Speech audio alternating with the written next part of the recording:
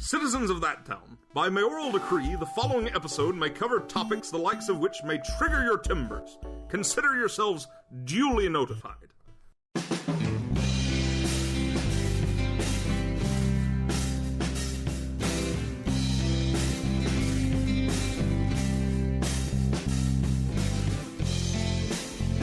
you're hearing this pre-recorded message, that means we're currently away from our desks. This message in particular only plays when we're dealing with something fire-based. Lucky you, right? Anyway, where was I? Oh, here. It is, and the paper has this underlined for emphasis, totally fine. Everything is okay. Now enjoy the syndicated programming. Message to repeat at the end of the episode.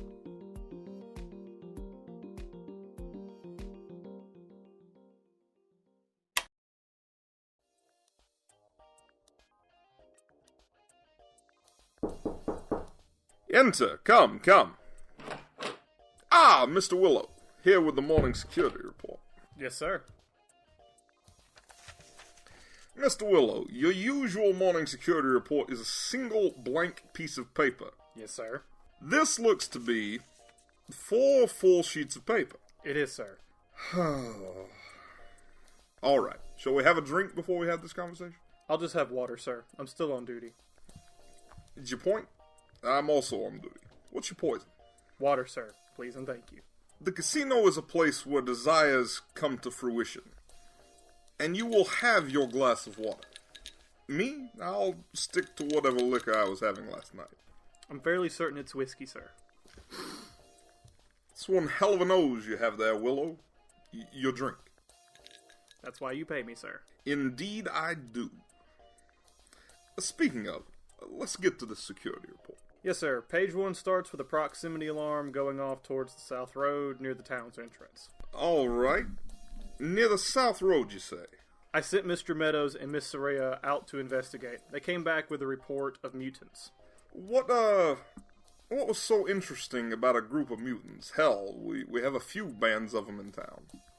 These mutants weren't the purple or the yellow kind, sir. They were pink. New neighbors, huh? Interesting. I don't think they'll be borrowing a cup of sugar or anything like that, sir.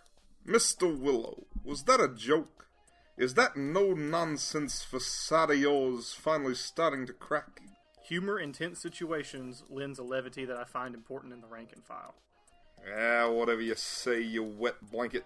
May I continue my debrief? Absolutely. What did your people do after seeing the pink mutants? Miss Soraya had a digital recorder on her and was able to obtain some footage of the creatures. The footage isn't teeming with information. They move slowly, no real identifying marks on their clothes. No one wearing a casino hat or logo, huh? For better or for worse, no, the clothes were newer, so I'll be putting out a message to the other local settlements to see if they are missing people. That seems like the proper way to handle this sort of thing. Page 2 begins with... That was all one page? Yes, sir. Page 1 was the new mutant sighting and the relevant intelligence gathered by Mr. Meadows and Miss Soraya. Page 2 and 3 is the mold that is growing in the forest. Why is the security for Casino City going out to near forest? That's a half mile from the city limits. Some patrons of the casino have been asking for nature hikes, and the near forest is close enough and safe enough for an armed escort to take patrons without much hassle. Did I sign the checks for this? I don't remember signing no checks for this. I asked you about it and your words were, the casino makes desires a reality. Must have been drunk. You said something similar to what I just said when you poured me this water. Case in point. It's also helped the morale of the security team. A lot of them miss being outside or outside the city. But to my point, during a hike this morning, a large toadstool was found near the trail the security team uses frequently. Any details as to what sort of toadstool?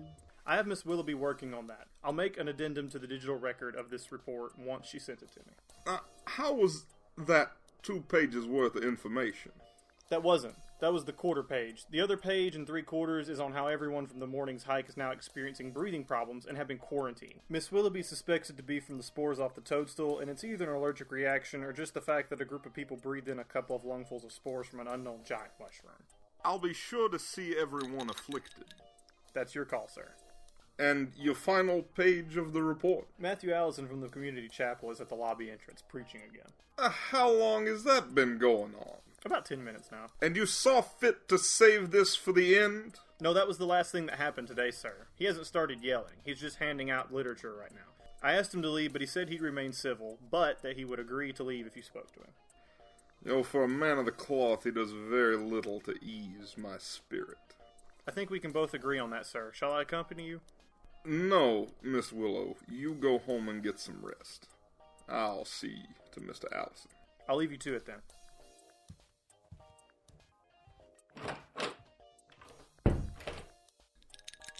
I hope Mr. Allison keeps his word on remaining civil.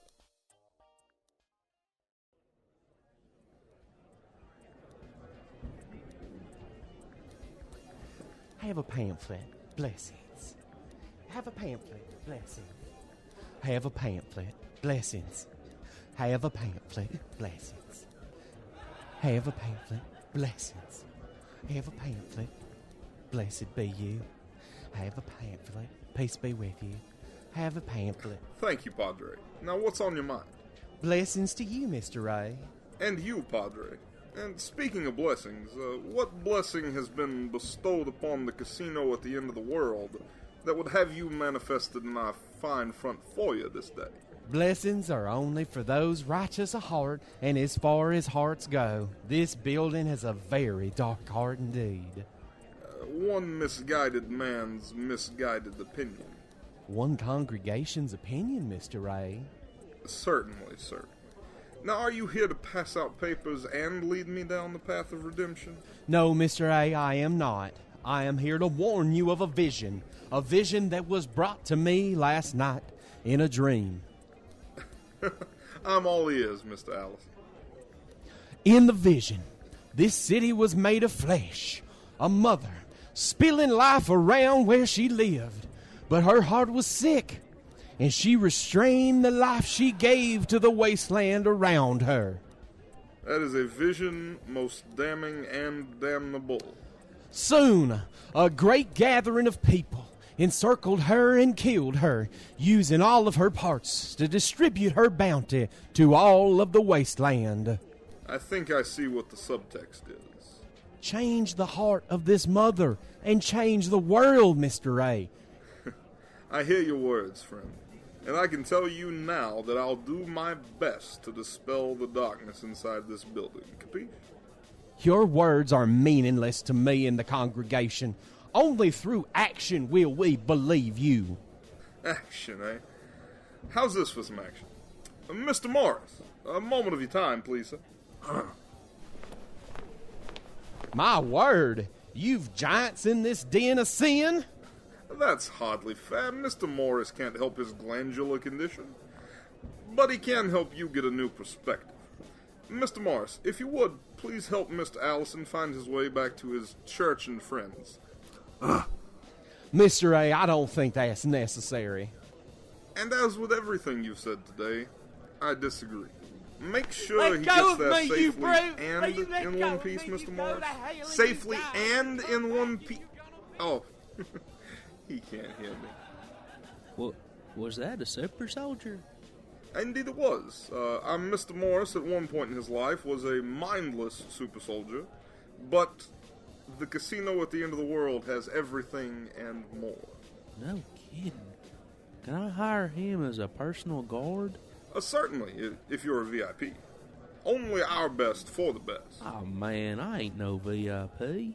Not a VIP. Yet. You've got it in you, though. Now, go show that Pharaoh table what for. I don't know how to play Pharaoh. Lucky you, Mr. Dubois is an excellent dealer and teacher of Pharaoh. You'll pick it up in no time flat. I'm sorry, but who are you? Me? Well, I'm Mr. A, and the A stands for whatever you want it to. And I own the casino at the end of the world. Here's a $500 chip so Mr. Dubois can teach you. Now I'm off to go talk to a man about a horse. Or, more accurately, I'm off to see a very overworked doctor about a weird mushroom.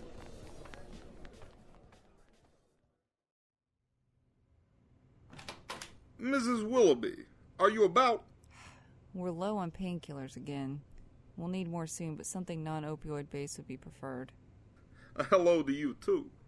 Hellos are for people that haven't known each other for the last 3 decades, and for people that don't know the other's secrets. You strike a fair point. I suppose you know why I'm here, then. No way. It's truly a mystery. I only had to open the quarantine bay for the first time in 15 years and admit 7 people into it. 7? I thought there were 8 in this morning's hike. There were indeed 8, but one of the hikers was a VIP, so they had one of Mr. Morris's boys as an escort. Ah, yes. Well then, what's the diagnosis on those assembled in the quarantine area? You want the actual medical terms? Stick to the layman's terms. I get by on charisma, not any medical background. Then, for the layman in the room, all affected are suffering from fluid in and around their lungs, as well as acute asthma. Their inner ears are full of fluid, and they're all keeping a temperature of 102. My word, will they be okay? Well, it's too early to tell. I know this is triggered by some spore inhalation, but until I get a sample of that mushroom, I can't start any rounds of anti-anything. But why a sample? Can't you identify the spores already in the system?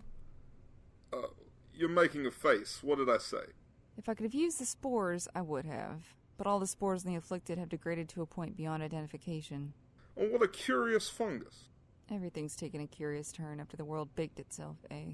I'm used to iron trees and the mutants, but a big toadstool that grows in a matter of days and makes people deathly ill by breathing near it seems, I don't know, mundane. And people still die from influenza, eh?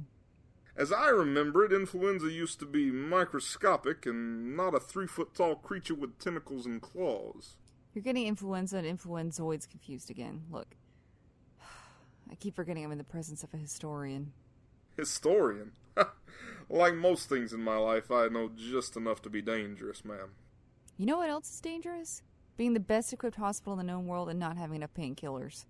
Ms. Willoughby, Mrs. Willoughby, you will get the medicines you need. Just remember the monthly allowances. You want to talk to me about limits and rationing? Truthfully, no. I'd like to say something to those in the sick bay.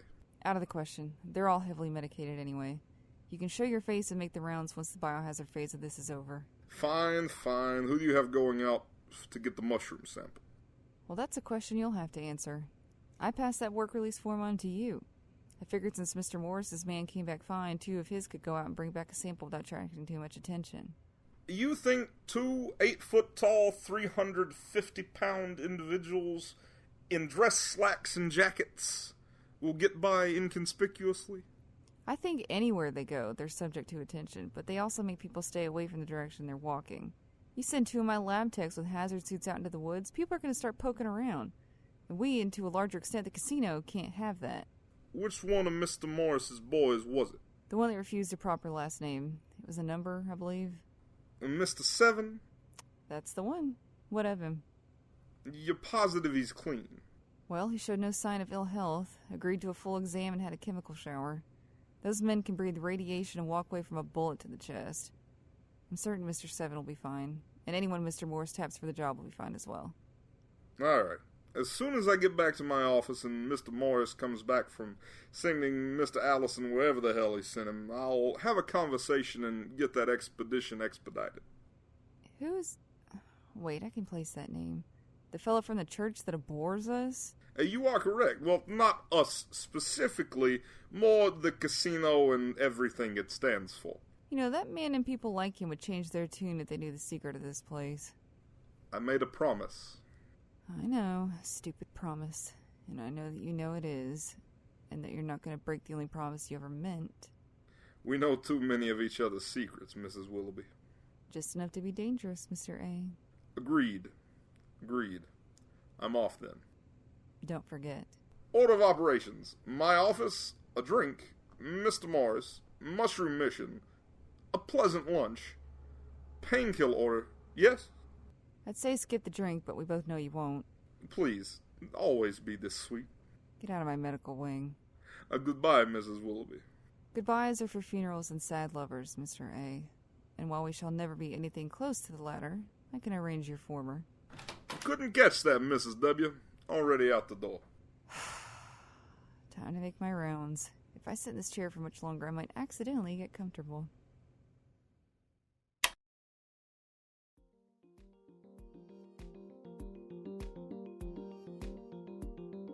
If you're hearing this pre-recorded message, that means we're currently away from our desks.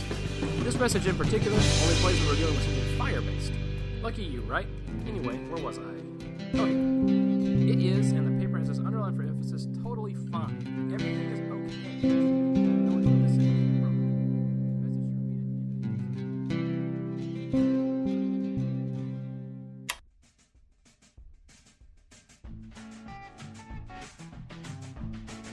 Hey! Tales of That Town is a production of That Town Entertainment. This week's episode was directed by Michael Murphy and Jesse Hall. This week's episode was written by Jason Smith, Ashley Jones, James Burton, and yes, Jesse Hall.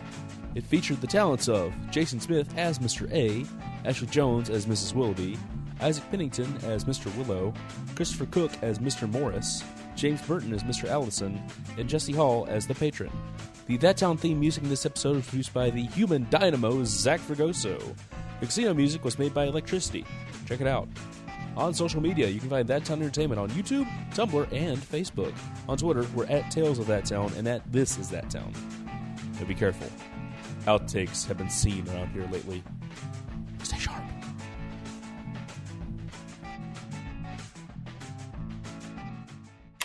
I have a pamphlet, blessings.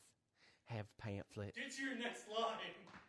A vision that was brought to me last night in a dream. A dream when I was asleep. We're getting to the bigger problems as we progress. Seems like we should have led with plague of mold.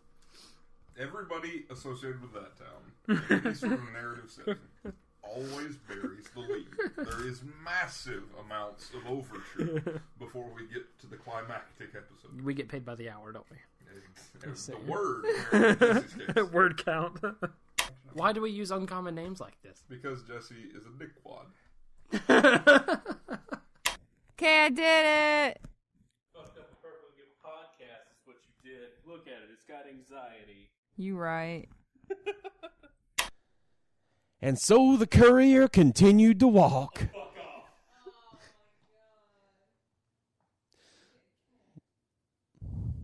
I mean, let's be honest. It's got to be. I mean, like, what, do you put that shit on LinkedIn? Yeah, I got shot by Matthew Perry.